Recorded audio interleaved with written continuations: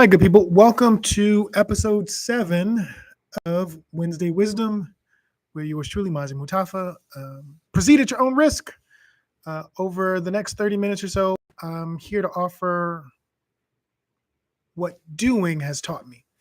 This show is about engaging peers and community members in conversation that help us change the world for the better. So before we dive in, please subscribe, like, and don't forget to comment. So today I want to talk about building a team to advance the mission of your organization or project. And I want to do that by talking about the process of building a team in 4 categories. So building a team will decide on the structure of your company, organization, or project. We are going to assess your individual abilities, your needs, and your timeline. What does your budget say you can afford? These are critical things we're going to talk about. What about volunteers versus interns versus contractors, part-time employees, or seasonal employees, and the golden ring of salaries? And last but not least, we're going to talk about cultivating a cipher.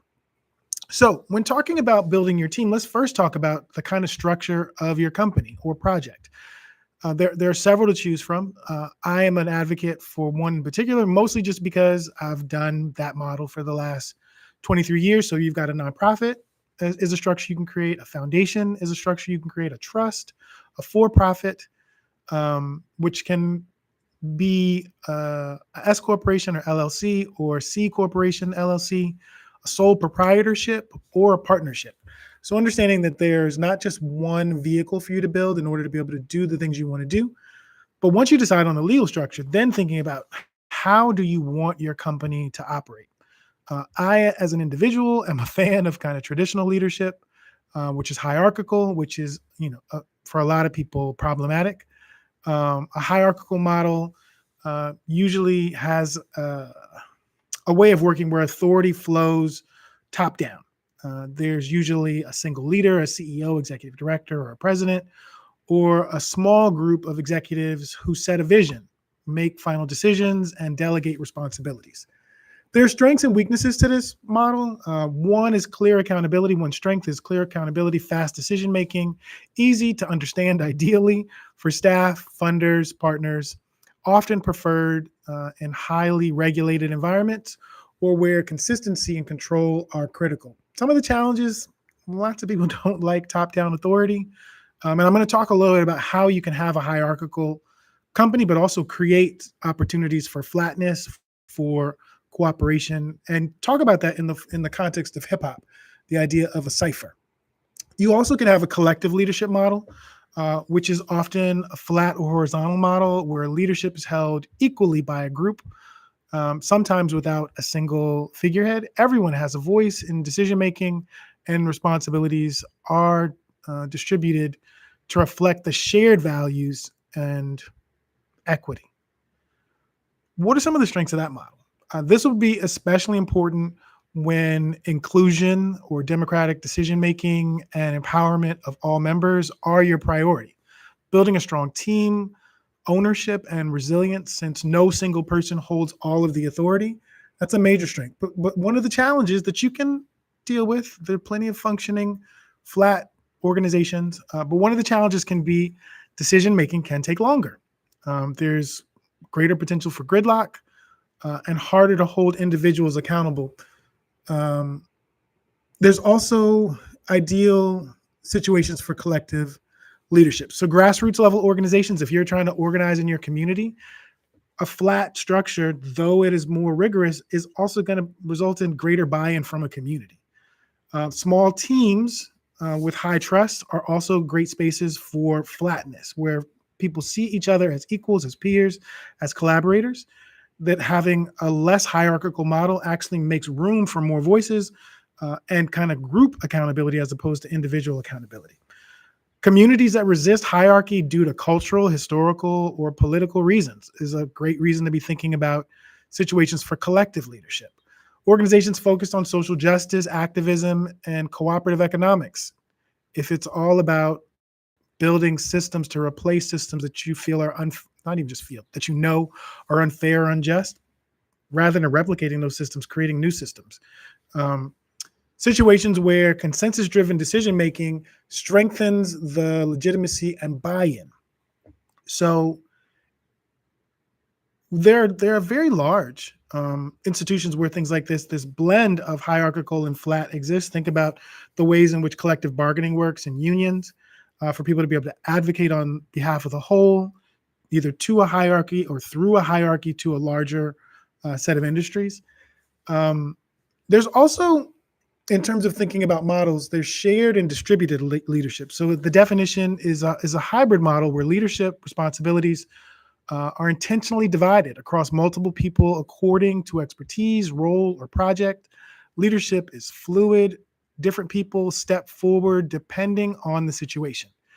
Even in hierarchical organizations or flat organizations, there's going to be opportunities for this kind of hybrid where, based on expertise, how long you've lived in the neighborhood, how it is that you have negotiated with the government or the owner of your property, if you're a tenant association, who's been there longer and been a part of previous fights, them being able to have an equal say in decision, but maybe a louder voice at different points based on their own experience, is a reflection of a distributed leadership model. Some of the strengths are combining clarity with flexibility, promotes collaboration and innovation, and allows individuals to lead in areas where they have the most strength, prevents burnout of a single leader. Challenges is that it requires strong communication and coordination. It's not clearly defined roles. If not clearly defined roles, can overlap and create confusion. Works best when paired with explicit agreements about authority and accountability. I wanted to talk about these different approaches to leadership, mostly because depending on the kind of work you want to do, the kind of structure you build is going to determine what level of buy-in or support that you get from community. There are other models of leadership to consider, like servant leadership or even a rotating leadership model. That would also prevent some of the things that we talk about. So if you're not familiar, servant leadership focuses on the leader supporting and developing the team, putting the needs of the group first. For those of us that are students of things like the civil rights movement or the Black Power movement, or the women's rights movement, thinking about the ways in which leaders can be servants to communities and lift up the ways in which each individual can contribute to developing resources and opportunities for the whole. A rotating leadership model, leadership roles rotate on a set schedule, often used in collective or small grassroots organizations. So this idea that maybe every year or every couple of years you elect a committee head or a chair, or people that have different responsibilities, even if it's flat. But this idea that no one has the responsibility of doing the work forever, but that they're able to share authority and power and opportunities to be able to advance the mission of the group. Adaptive leadership emphasizes flexibility and responding to challenges with shared or proven problem-solving approaches. Now, you can decide what's going to make the most sense for you and the people that you're working with, the communities that you're in, and the kind of end goals you're working towards. It'll be important to think about the process for doing that work. Like I've been in board meetings, as an example, that are hierarchical, where input from the members isn't always solicited. And I always push back to ask, or I've always pushed back to ask, what does everybody else think? Because sometimes you can get so trapped in the title and the responsibility for what it is that you're doing that you forget that you're part of a team. Even if you have a different responsibility or quote unquote a higher level of title, the reality is still you are a partner in a process, and making people feel and knowing that their voices and experiences matter to the decisions that you make is not just going to get you greater buy-in, but it's also going to get people to be more invested and bringing new and different and better ideas to the table because they know that the things they have to say will be heard. I have been guilty. And if there are any of my former staff who've watched this or watching this video, I've been guilty of not listening.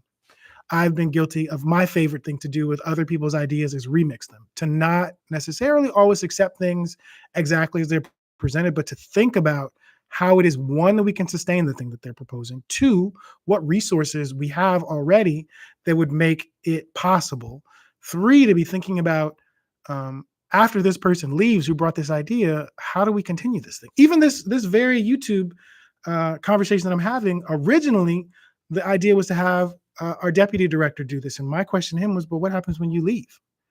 Who's going to continue to do it? And so rather than asking him to do it, I stepped in to do it. So that I feel like that's one of my responsibilities as an executive director and founder of the organization, to be thinking not just about the thing we want to do, but how do we either sustain it, maintain it, grow it, add depth to it. So it's not just about doing things, but thinking about how we do things over the long term and what their ultimate impact is. So one of the things that you're going to need to do if you're the founder of an organization or the head of an existing organization is to think about your own strengths and weaknesses. What kind of opportunities exist that you are able to take advantage of, and what kind of threats does your leadership pose to the project you want to work on? So, for example, I talk to my staff all the time about the fact that I don't live in the present in my mind. I live in the future. That as soon as the thing happens, I'm already thinking about how do we sustain it? If a funder comes in, how do we replace them? And I feel like that's part of my responsibility, is to be aware of the present and to have a future looking set of aspirations that's rooted in past experience, but not bound by past experience. So if we failed at something in the past, learn from those failures, get a little bit better in the thing you're doing in the present, and aspire to build infrastructure, process, recruit people to be able to help add strength where there is weakness. So again, as an individual who runs a company or a project or is a part of a collective, what are your strengths? What are your weaknesses? What kind of opportunities does you being in a leadership role, regardless of whether hierarchical or flat, what kind of opportunities are presented because you're doing this? And what are some of the threats that you doing this presents? As you do your self-assessment, then you need to do a needs assessment, thinking about what skills, what access to resources, what knowledge, and what alignment, being able to bring people into your team, adding people to your table, to your process, will actually make available. So as an example, I've had dyslexia my whole life. I am very prone to typos in the things that I write. So one of the skills I need is someone to be able to proofread what I'm writing. There's technology to be able to support that now, but in the process of creating, I always needed someone to read, to catch my mistakes. Um, so that's a skill that I needed. Access to resources, for me, that looks like my board of directors being able to bring resources, information, opportunities to the table, but it also means me going out in the world or recruiting people to go out into the world to find resources, to find opportunities, to bring those back, because I can't be every place doing everything. So thinking about what are the kinds of things that you're going to excel at. Like me, I am not the person to send to your gala because I'm not going to be the person networking, schmoozing it up with everybody. I'm going to have a seat at my table, eat my dry usually asparagus, and talk to the people at my table. But I'm not going to work the room. But I need people who are able and willing and love to work the room. I do not know everything about anything. One of the questions I've asked this particular year, I asked my staff, was if they thought they knew more than me. And I asked that question in part because sometimes, especially being a founder of a thing for a long time, you can build a perception that you believe you know everything, even if you know that you don't. And so one of the reasons I had that conversation with some of my senior leadership is because I wanted them to know that I know that I don't know everything. I can't know everything. I haven't had all the experiences in the world. And so I lifted up the fact that each of them on their own knows more than me about a number of things. And being able to lift that up was a part of being able to tell them why I know that they're valuable. Even if I don't listen to every single thing that they say in the form of action, like I'm going to do the thing they say, letting them know that I understand that their recommendation, their observation, their critique is rooted in the knowledge that they possess, the experiences that they've had, and the wisdom they're attempting to share with me. But I am a slow learner when it comes to some things. I really need to think about other people's ideas for a while before I'm prepared to really kind of step out there and try the thing that someone else is proposing based on their wisdom, right? But knowing that about myself, that I need knowledgeable people at the table with me. One of my favorite current mantras is build a circle of people that are not impressed with you, but will support you. This idea that they will be a witness to your growth and development, that they are invested in your success, but they're not so impressed that they don't know that they can actually help enhance what it is you're doing. Critical. And alignment in terms of your needs assessment. Are the people at your table aligned with the priorities that you have? I said on the last episode, episode 6, that, and I say this particularly to younger executives and would-be creators of things. Find people with whom you agree about things to work on. You don't need to agree with anybody about everything, but the things you agree about, work together on. That's when you have alignment. It's also critical when thinking about an assessment of what it is you're doing to establish a timeline. What are your short-term goals, your medium-term goals, your long-term goals? What are your short-term challenges, your medium-term challenges, your long-term challenges? And to be thinking about the present, the near future, and the more distant future. Because part of what you're doing, if you're building a thing, not just doing things, if you're building a thing, you're asking people to invest in what it could be, what it would be, what it might be, but recognizing what it actually already is. Because what it is a vision, even if it's got a track record. And so thinking through, like, how do you tell your story over time? This is what I've been. Here's what I am. Here's what I hope to be with the investment of folks like you. And even beyond that, as we grow our network of support, here's what I hope for it to be. It's going to be important that you build a team that understands each of those things, that isn't so rooted in the current that they can't see the short term and the long term. But that's part of your job as a leader, as a manager, as a founder, as a creative, is to be able to talk to people about your work over time. One of the other things I think it's really important for you to explore is, what does your budget say you can afford? Why do I frame it that way? I was literally just talking to a great friend of mine today about a vision that she has that she's going to make real. And she was talking to me about one of the things she wants to do is make a particular set of resources available to the people that will work with her. And my response to her was, don't take on more than you can afford to provide in the beginning. Because one of the things that, like, I over 23 years, I can think about the people who've told me I am worth more than X. I never debate with people about their worth, because you set your own worth.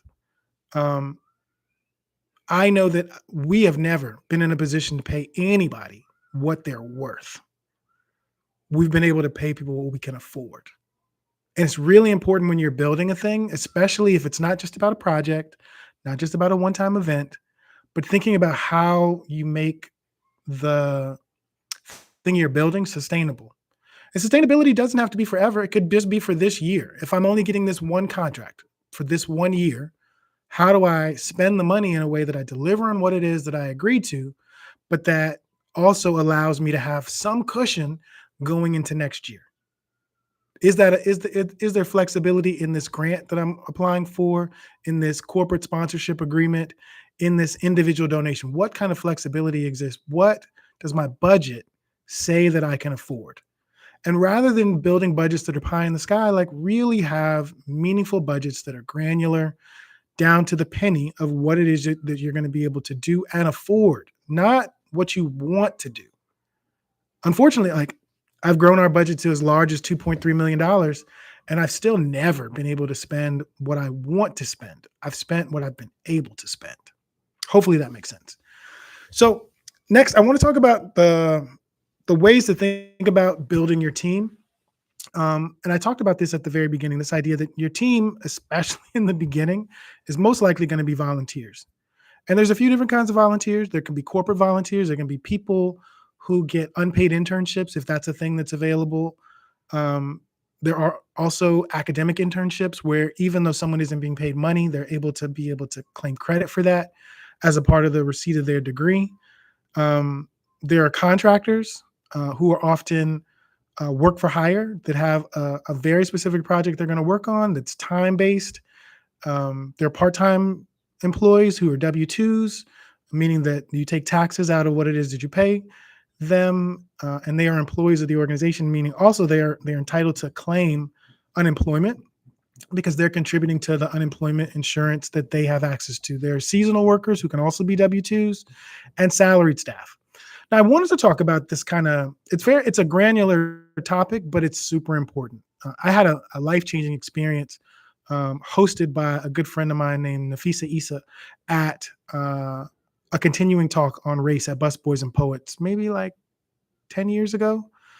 And it was a conversation about internships and the way that people build them. And Nafisa invited me because she said, Mazi, you've been operating Words Beats in Life at that point for like 13 years, and you've got a really good internship program. Why don't you come and talk about it? And so I was on this panel, and it was a conversation about equity and justice and the idea that people would be able to provide for themselves as a result of the work that they were doing, right?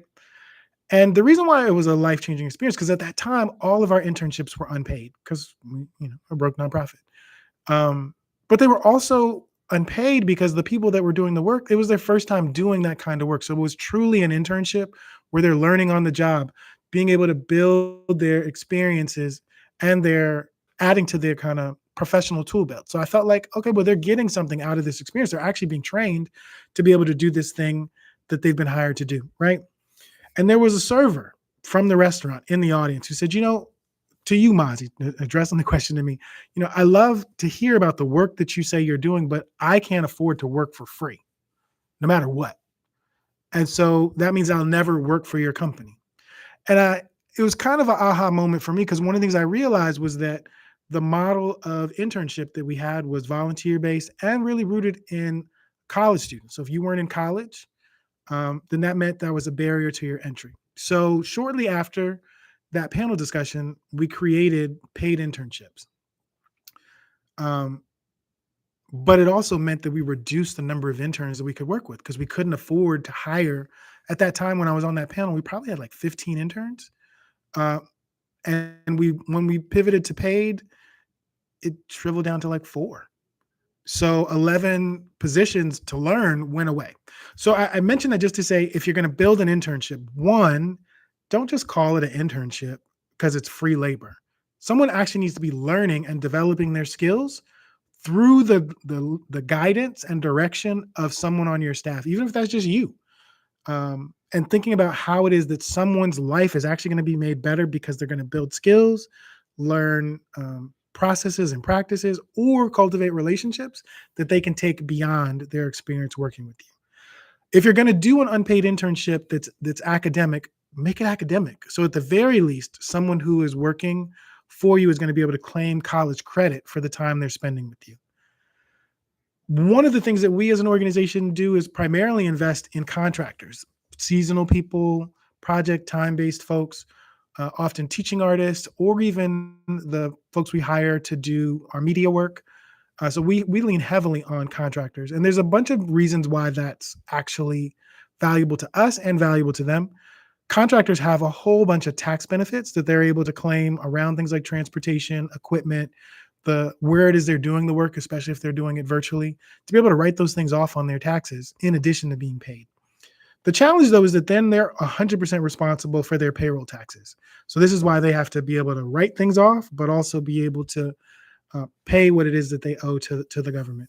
The W-2, whether part-time or full-time, has a set of benefits with them where the company needs to pay things like payroll taxes, in the case of, for us, in the case of salaried staff, to also provide healthcare, vacation time, sick days, et cetera. So that's kind of the gold standard for the best kind of employee or contributor in a system. I want to encourage you, particularly if you're just starting, don't rush to get to salary.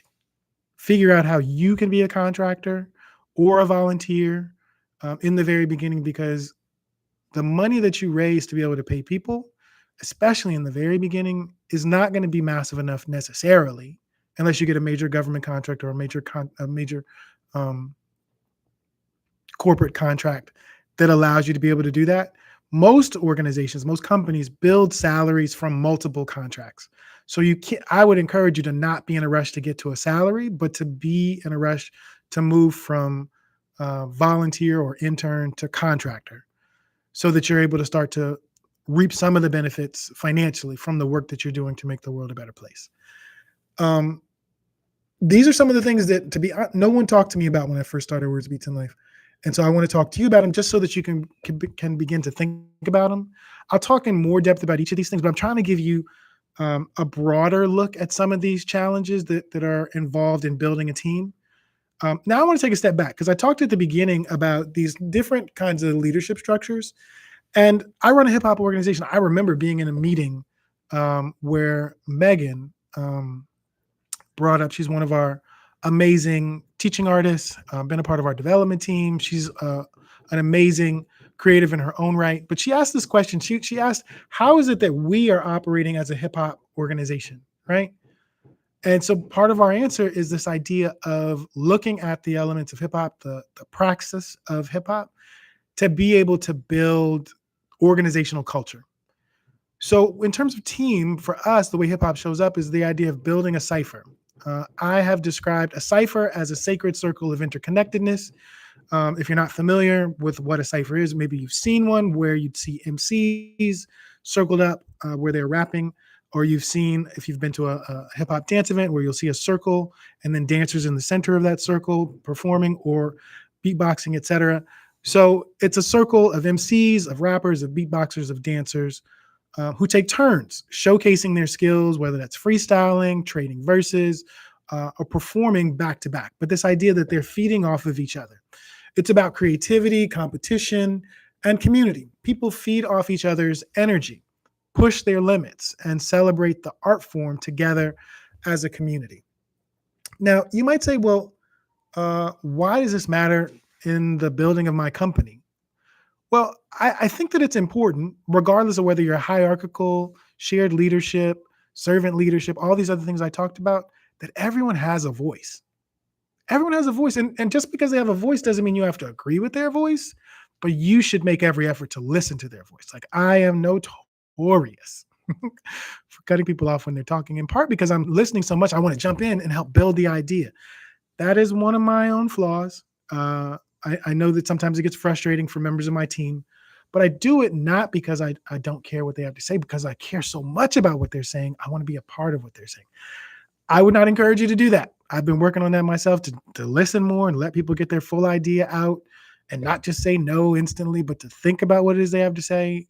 Because I'm a person that has always thought it's okay to say no, but not to say no and dismiss. Say no in the moment, but think about how to make what it is that someone on the team at the table is asking for possible. The other thing about a cipher is that leadership rotates in this context, because there's not one MC. Because if there was just one MC or one dancer, that's not a cipher. That's a concert. That's a show. And so this idea of being able to say that leadership, who it is that's being listened to, who it is that's being paid attention to, changes with the context, right? And I think that one of the things that I would say that's a kind of hip hop sensibility, this idea that, yes, there can be hierarchy for the purpose of leadership and quick decision making and accountability, but there can also be this kind of flat space where each person is able to bring their own voice, their own experience, their own knowledge to the table in a way that contributes to the whole. The cipher also promotes creativity and collaboration as norms. And so if you're trying to build a team, this idea that they don't operate on their own, but they each contribute in their own way in a collaborative process actually helps not just build team, but builds culture, builds community. And if you're trying to run a nonprofit or even a for-profit or a project, it's kind of hard to replicate in the world a thing you can't replicate within your, or create within your own organization. So if you want to promote the democratic value of each person, one vote, as an example, right? But then in your organization, only one person gets to make decisions. How are you promoting democracy? For us, we talk about our values being creativity, opportunity, ownership, and innovation, right? So how is this innovative? How is this creative? How is this promoting ownership, et cetera? So having a kind of value-based filter to help interrogate or examine other people's ideas and your own is critical. But this idea of creating space for creativity and collaboration as a norm, where, sometimes my staff get a little bit upset about how often we schedule meetings, but I schedule meetings with them in part because I want to make sure that we're all checked in about what it is that we're working on, and that none of us feel isolated and solely responsible for whatever action we are taking, but that each of us is accountable and accessible to be a resource to each other. The other thing about the cipher is that it sparks a kind of diversity of thought, because the beauty of a set of MCs or a set of dancers performing in the cipher is that everyone else is listening, everyone else is watching, everyone else is thinking, how do I build on that? Whether that's to top it or to reflect it. But this idea that there's a space that everyone can contribute who wants to, as opposed to you're forced to. The cipher also provides a space for feedback and growth happening in real time, so that if the MC that comes after you literally builds their first line off of your last line, they're literally going to take that rhyme, ideally, to a higher space, to a different space, maybe than what you were thinking about. But they're giving you feedback there because their rhyme is rooted in what it is that you already contributed. That their wind flare is a reflection of the headspin that you just did. And so it's the idea that it's a communal process, that it's not about individuals per se, but about how each individual contributes to the energy of the space, the company, the organization. It shifts organizations away from rigid hierarchies into living, breathing ecosystems of ideas, much like hip hop itself. This is why, it's important to me, at least, to be thinking about the work that you do, particularly if you're in an arts-based space. How is the art that you create, produce, present reflected in what it is that you do? I remember when I first started Words Beats in Life, there was a older funder who I met who asked me if, because we were a hip hop nonprofit, our mission statement was a rap. And I was so offended. I was so offended because it was like, for me, that at that time, it was kind of like that, you speak so well. But the root of the question was really, how is the structure that you have built informed by the practice of the form that you present? And if they had asked me that question, I wouldn't have been offended. I'd be like, that is a really good question that no one's ever asked me. And I think that when I think about the ways in which people build things, like one of my favorite organizations on the planet is based in Chicago. It's called Kumba Links, and they have a restorative justice model. And they're much like us in terms of teaching the elements of hip hop, but they're also teaching young people how to be out in the streets, advocating for themselves. They're also encouraging young people to write poems that public policy folks hear and have to respond to in the ways in which they create public policy. That their hip hop ethos isn't just about the elements. It is about how these elements have always been about transforming the material conditions of the people that practice them.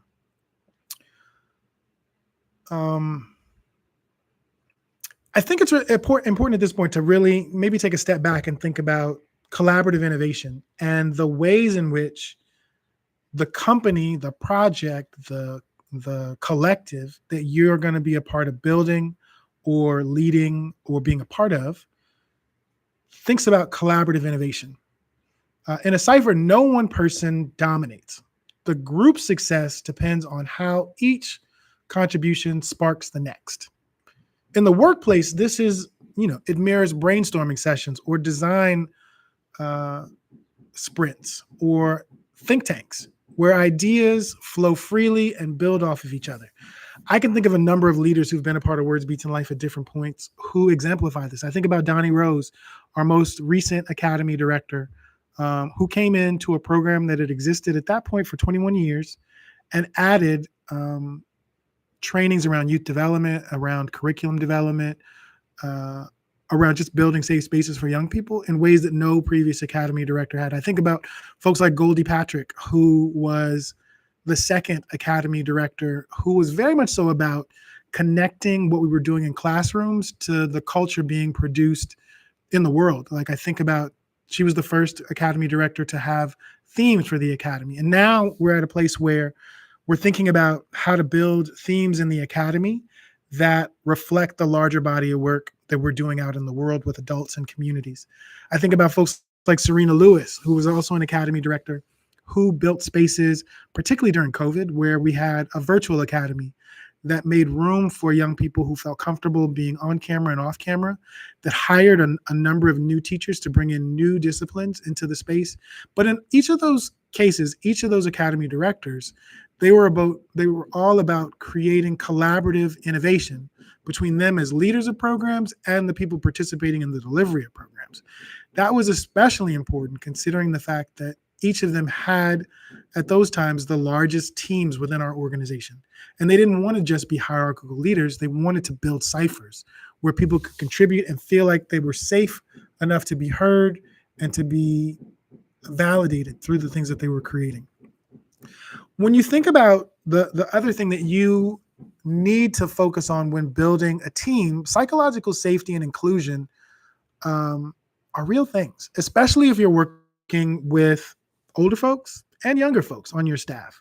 Psychological safety, one of the people that really lifted that up for me during his time at Words Beats in Life was Stan Robinson, who was very much so about the idea of getting feedback from teachers and staff about their own experiences, but also doing it in a way that they would not have to divulge their identity in order to be able to give feedback, so that there would be no fear of retribution. In a cipher, every participant is given space to step forward. Even beginners get their turn and are supported by the group. It's super important that people understand that regardless of how long they've been doing this work or how informed or uninformed their opinion is, their opinion still holds weight because they're at the table. They've been invited to the table to be a contributor, not just a listener. Organizations can emulate this idea by fostering inclusive meetings where all voices are valued and team members feel safe to take risks without fear of judgment or retribution. That can be difficult, especially among teams that are new, where people don't necessarily know that it's okay to be able to disagree with the boss or with the leadership, that they'll still be heard and be valued. Depending on how large the group that you're building is, thinking about adaptive leadership is also something for you to explore. What is adaptive leadership? Well, the lead in a cipher shifts naturally. Whoever's speaking or performing holds the floor, literally and figuratively, then passes it on. So this idea that if you're going to build a culture as an organization, particularly one that's rooted in hip hop or whatever your cultural practice is, thinking about how the lead and who is leading needs to change situationally based on the experience, the resources, the wisdom of the people at the table. So, for example, when I was a younger Mazi, I wrote poems, and so you could say in that sense I am a poet. But if we're doing something poetry related, Patrick Washington is who I'm talking to, our director of poetry. He is the most brilliant poet that currently works at Words Beats in Life, one of the most brilliant in our history. And our time with him as a creative goes all the way back 24 years to when Words Beats in Life was still a conference at the University of Maryland. He submitted a poem for the first issue of our journal before he knew us as an organization, before the organization even existed. So I've been able to witness him as an artist, as a creative, as a leader, in the context of Words Beats in Life, but also out in the world running his own company called Dialect of Prince George's. So adaptive leadership, thinking about when it's important for someone else to be able to step up. In companies, this reflects a shared or situational leadership. The person with the right expertise leads in that moment, and then rotates. Continuous learning and feedback must also be a part of the culture that you are building. Why? Why continuous learning and feedback? Well, the cipher participants listen intently or watch intently, learn new techniques on the spot, and push themselves to improve in real time. Teams can create similar feedback loops, quick, informal exchanges that encourage ongoing learning rather than waiting for annual reviews. How is this relevant? It is critical that you be a learning entity or community or individual leader, always looking for opportunities for feedback, for learning, for remixing what it is that you're doing based on the situation, based on what it is that you've learned. I know that this is one of the things that I've tried to exemplify within my work at Words Beats in Life, continuously trying to learn, even when I'm interrupting people, but continuously trying to learn and grow as a leader versus being stagnant. Last but not least, let's talk about culture of flow and creativity. A cipher thrives on flow, momentum, energy, and improvisation. Workplaces can learn to embrace experimentation, celebrate rough drafts of ideas, and let creativity flow before editing down to the best solution. Dominic Painter is, I think, a great example of that within our organization. He's our director of marketing and communications. And I've watched him over the last 5 years in particular um, inherit a marketing department that didn't have manuals, that didn't have processes, that just kind of did things based on the decision of the previous marketing director. This idea of creating the value in creating documents isn't just institutionalization, but it actually is a written record of what it is you aspire to so that you can evaluate. Did that work? Did this strategy that we described in theory work in practice? Maybe it did, maybe it didn't. But this idea of building a culture of flow and creativity where you're able to refine documents, refine processes, think through and evaluate for the betterment what it is that you're doing, how it is your team is contributing to the goals that you aspire to, must be a part of the process of building a team. Do you have people that are flexible, that are willing to recognize when they make mistakes, grow from them, and celebrate when they take their ideas to the next level or achieve the thing that was prevented by some sort of a mistake or a thing that you might look at as an oversight? All of these values, all of these kinds of approaches to the moment, to the challenge, to the problem are going to be important to you as you build your team and build your process, building your culture. Because the culture of an organization, most people or many people say that it comes from the top, if particularly in a hierarchical thing. And that is true. I'm not going to take away that responsibility that leadership in a hierarchical model matters. But your culture is not just what you send down from on high. It's what people actually do. How does they actually work together? And so the more opportunities, even in a hierarchical system, that you make to flatten the ways that members of your team collaborate, the more wisdom, the more insight, the more investment you're going to have from people who you want to work with, whether that's members of your board of directors or that's your college interns or your paid interns, contractors, et cetera. The more room you make for other people to share their insights and expertise, the more connected they're going to feel to not just the outcome, but to the process. Process is going to matter a lot as you try to build a culture, a company, a project. It's going to matter not just in your ability to replicate on it or report on it. It's also going to matter because those people who are part of your process are going to talk to other people. Like I regularly have people tell me that when they go out in the world, once they start working at Words Beats in Life, that people say, but that Mazi, he's really da-da-da-da, blah, blah, blah. And sometimes they agree because what the criticism is fair. And sometimes they say, well, yeah, but not just that. And so who it is that you are and how it is that you are going to be equally as important as you go through the process of building a team. I want to thank you for joining me here for the last little bit more than 30 minutes. Hopefully you see this as valuable. Please leave a comment, follow